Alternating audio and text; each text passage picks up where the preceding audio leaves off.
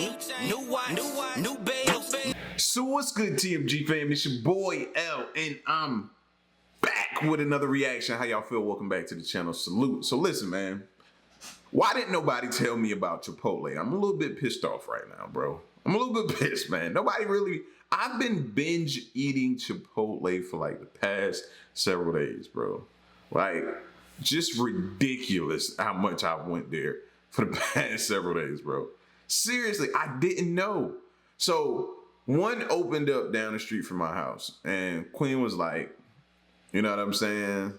Oh, so, and I went there probably about a month or two ago, but what I ordered, I really didn't like. So, you know me. Queen was like, yo, we're going to go try Chipotle. You need to try Chipotle with me. Come on, let's try Chipotle. And I'm like, cool. Give me some Popeyes as a backup. You know what I'm saying? So I tried the first time, and I'm like, because I didn't know what I was doing. I didn't really know how to go in there and order. You know what I mean? So I'm just... It really didn't hit me like that the first time I tried it. But, bro, this week when I went there, nobody told me, man. And we supposed to be family, bro. Don't worry, I'm on y'all heels now. I know now. The secret's out. I know now. You know what I mean? Man, I went in there and got that rice, the beans, the veggies, and all of that, bro. Yeah, man. So if I nod off during the video, just know it was that Chipotle that put your boy down. It put me down. You know what I mean? But I ain't gonna nod off. Listen, this is Mr. Ballin is too interesting for that. And the next video we getting in is part 3 of the 4. Oh, what did I say last time? Did I say 411 last time, or is it the 411? I'm gonna get it right sooner or later. 3 people found in impossible places. All right. So if you're new to the channel, man, hit the subscribe button. And for them haters, what we do, y'all? What we do for them haters? We run the lights up, baby. Run the lights up. Let's go. It is an unfortunate reality of being human and living on planet Earth that sometimes people go missing without any clue as to what happened to them. One day they're here, the next day they're gone. There's no clear indication of what happened. And despite everybody else's best efforts, nothing is ever learned about what happened to them. And so their families and their friends, they're left with this void in their lives that I can only imagine how terrible that is. There's no closure. There's like that perpetual sense that if you could just find more information out, you could find out what happened to your loved one, to your friend, to your colleague. But many times, people never get that. These people just go missing and that's it. But in some cases where people suddenly go missing, they'll turn up again. Sometimes days, weeks, months, years later, in totally different locations from where they went missing. But sometimes, in very rare circumstances, these people that go missing will reemerge days, weeks, months, years later, not having any idea how they got there or what happened to them. And so today I'm going to share 3 of these reappearance stories. The first 2 are the most well-known. They're very famous. And the third one is not as well-known, but equally as intriguing. But before we get into today's 3 stories, if you're a fan of the strange, dark, and mysterious delivered in story format, then you come to the right place, because that is all I do, and I upload 3 to 4 times a week, if not more. So if that's something you'd be interested in, I would encourage you to please gently perform a lobotomy on the like button, and then subscribe to my channel, turn on all notifications so you don't miss any of my 3 to 4 weekly uploads. Okay, let's get into the stories.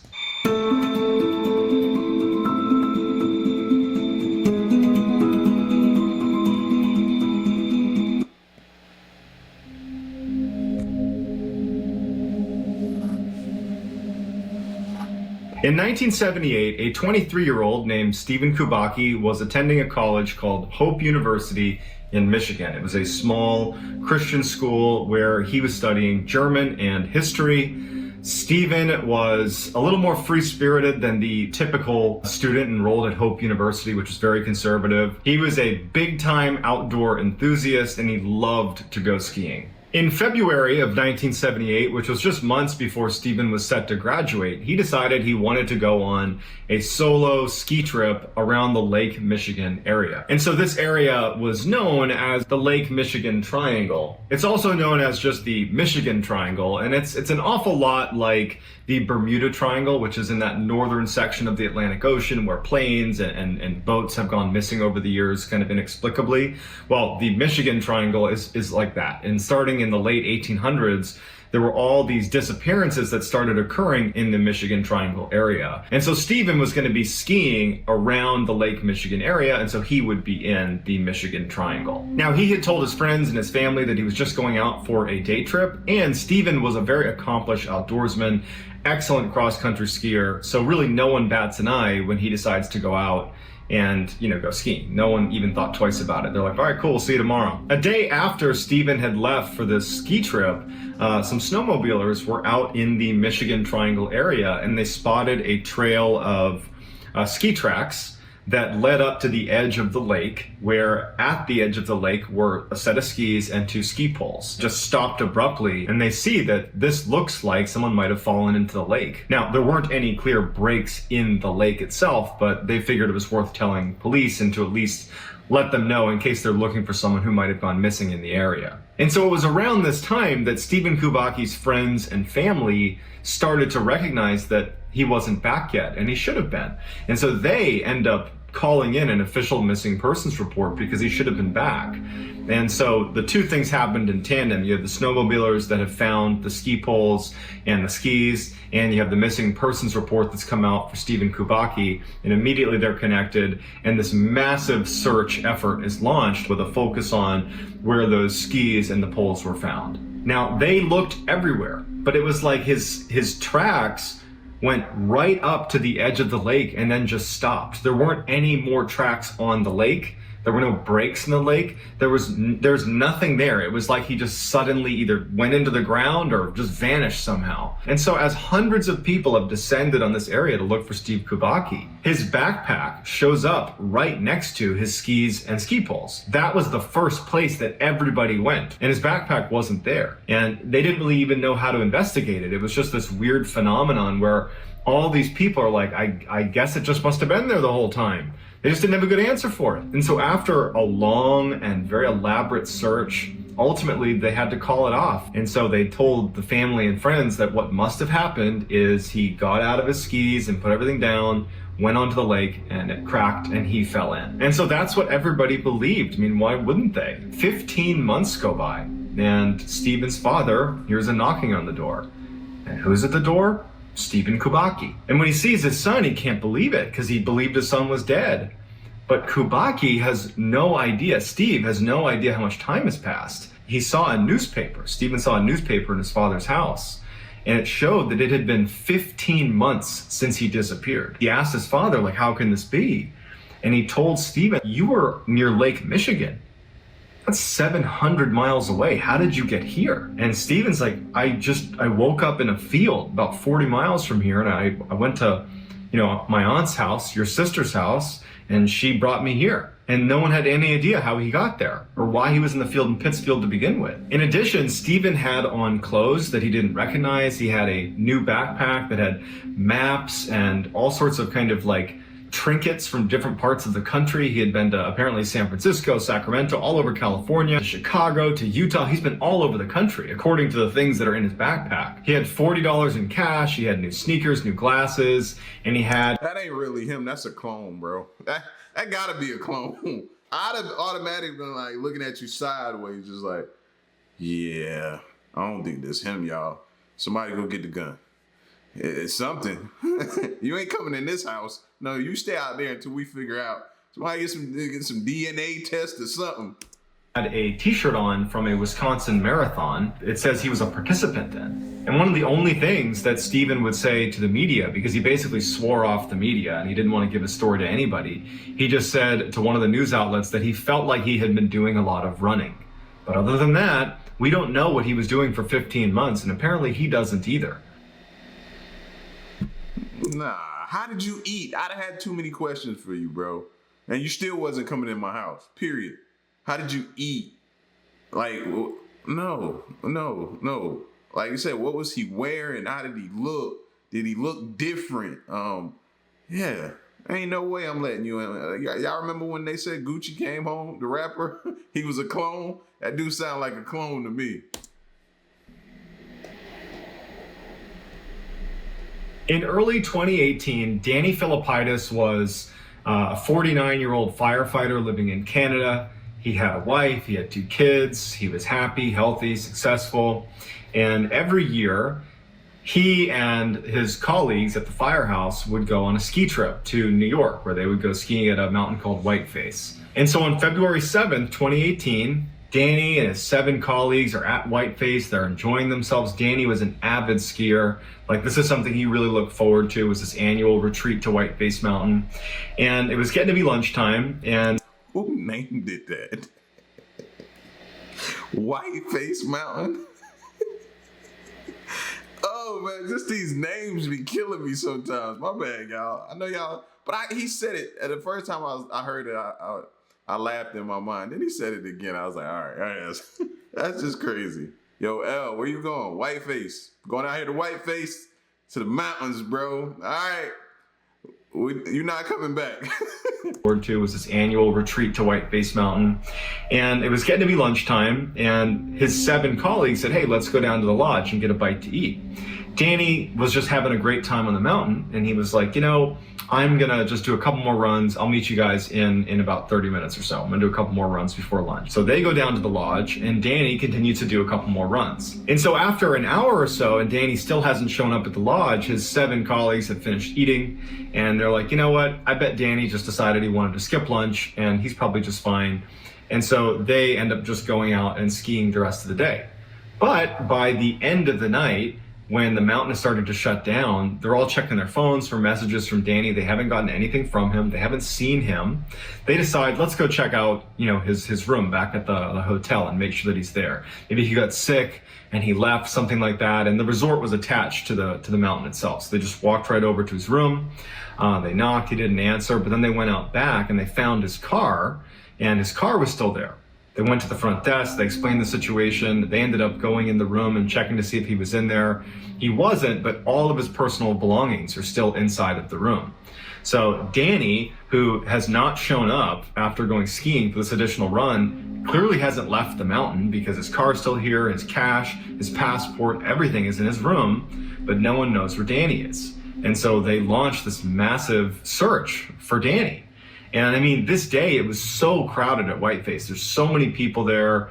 And also, it had snowed a ton before they even started skiing that day. So it would have been very difficult to move very far off the mountain, let's say, if someone wanted to. There was too much snow on the ground. So he couldn't have gotten very far. And there were lots of people there that they could interview to say, have you seen this man? They had a picture of him, and no one had seen him. And there was no sign of him. Despite this massive search effort, no one has any idea what happened. In these situations, what do y'all think is like the chance for survival for something like this? Like, probably slim to none. You know what I mean? Like, I would love to know, like, what's the survival rate of somebody going missing up in a mountains like this, ski resort style mountains and stuff like that, man. Because I can only imagine just the amount of snow and the temperature conditions and all that type of stuff. And then for somebody who, like myself, who's not well versed in this type of thing, nah, I probably wouldn't last 10 minutes. To him. The authorities call off the search, and they tell his loved ones and his friends that, Danny must have succumbed to the elements. That's the only explanation we can give. We can't find him now because the snow's pretty deep, but hopefully when the weather warms up, we'll be able to launch another search and we can recover his body. And so that's the news that's passed to his wife, to his kids, to his friends. And it's just devastating. And a couple days later, Danny's wife is home, trying to adjust to this awful new normal. And she gets a phone call from a number she doesn't recognize. And she picks it up, and it's a little bit hard to hear, but she immediately recognizes her husband's voice. And she can tell right away that there's something wrong. Like, he's not making sense. She's like, Danny, is that you? Is that you? And Danny's like, I don't know where I I am. I don't know how I got here. Where are you? What am I doing? And so she immediately tells him, you have to call the police. You have to call the police. They have to come get you. And finally he agrees and he hangs up. The police receive a phone call from Danny, and he doesn't know where he is. He's saying that, my wife told me to call you. I'm very confused. I don't know what's going on. Y'all think Danny was out here cheating? You think he was out here living foul? A little mistress on the side, and now all of a sudden, I don't know where I am? Huh? I'm just saying. Can't rule out the possibility, bro. Because Queen would have been side-eyeing me like a mug, like, oh, you went missing and now all of a sudden you found? Huh. Okay. Come on home. I'd have been like, nope. I'm gonna take my chances out here in the snow, bro. I'm taking my chances. I'm gonna just die out here in the snow. And they ask him to describe where he is, and he starts describing what's around him, and police are able to, eventually pinpoint where he is. And it turns out he was near Sacramento, California, 2,900 miles away from Whiteface Mountain. Even more strangely, when the police go to collect Danny, he's still wearing his ski gear, winter jacket, winter pants, ski boots on. He even still had his goggles on his head.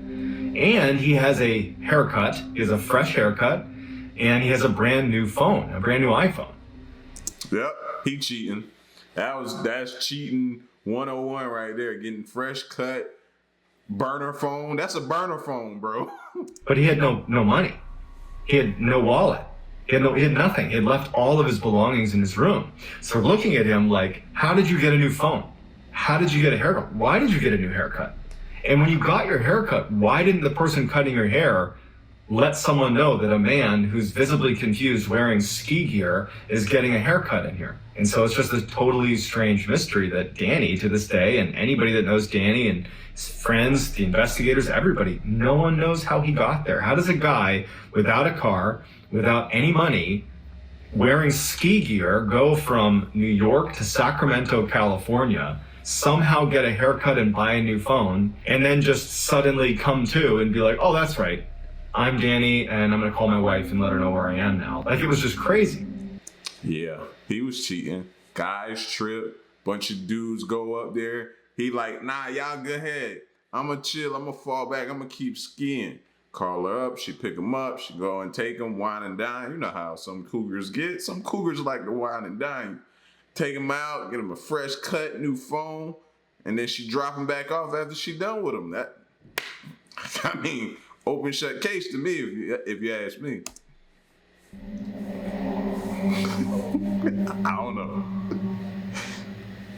So this last story was documented in the official American Ethnology Report from 1897, 1898. Although the story is, well documented in this report, the location is unclear. People have speculated that it's either Ireland, Scotland, or Wales. So just take this with a grain of salt that the location is not known. It's an older story, but it was officially documented in an official report. In 1898, a 12-year-old boy was playing at this river that ran near his house. He was out in the forest, he was playing to this river, and he had a bow and arrow, and he was practicing shooting his bow and arrow.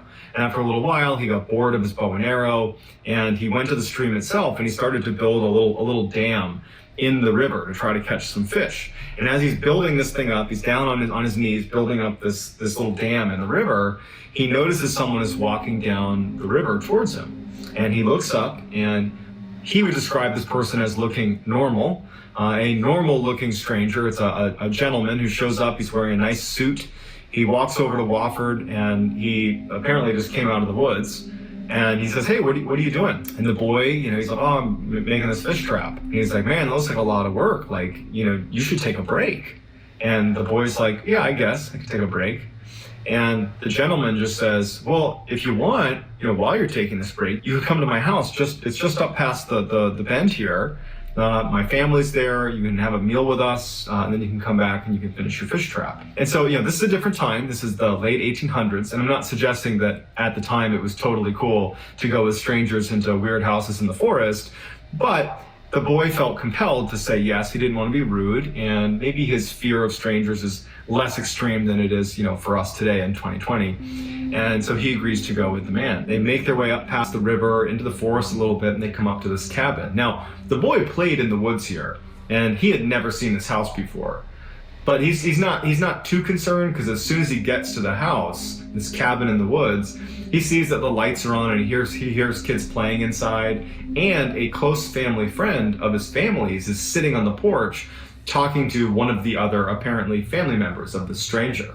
And so the boy's put at ease, and he says hi to the family friend, and the family friend, waves back. The boy goes inside, and he sees that this family has a couple of kids roughly his age. They're playing, goofing around. They have dinner, and this wonderful meal, and the boy Wofford is like, man, this is so great. And after the meal, he lays down and falls asleep. He kind of loses track of time. The boy falls asleep at this cabin. And so he wakes up early the next morning, and he feels horrible because he didn't mean to fall asleep, and he didn't tell anyone from his family where he was going. And he's thinking, man, they're going to be so worried about me.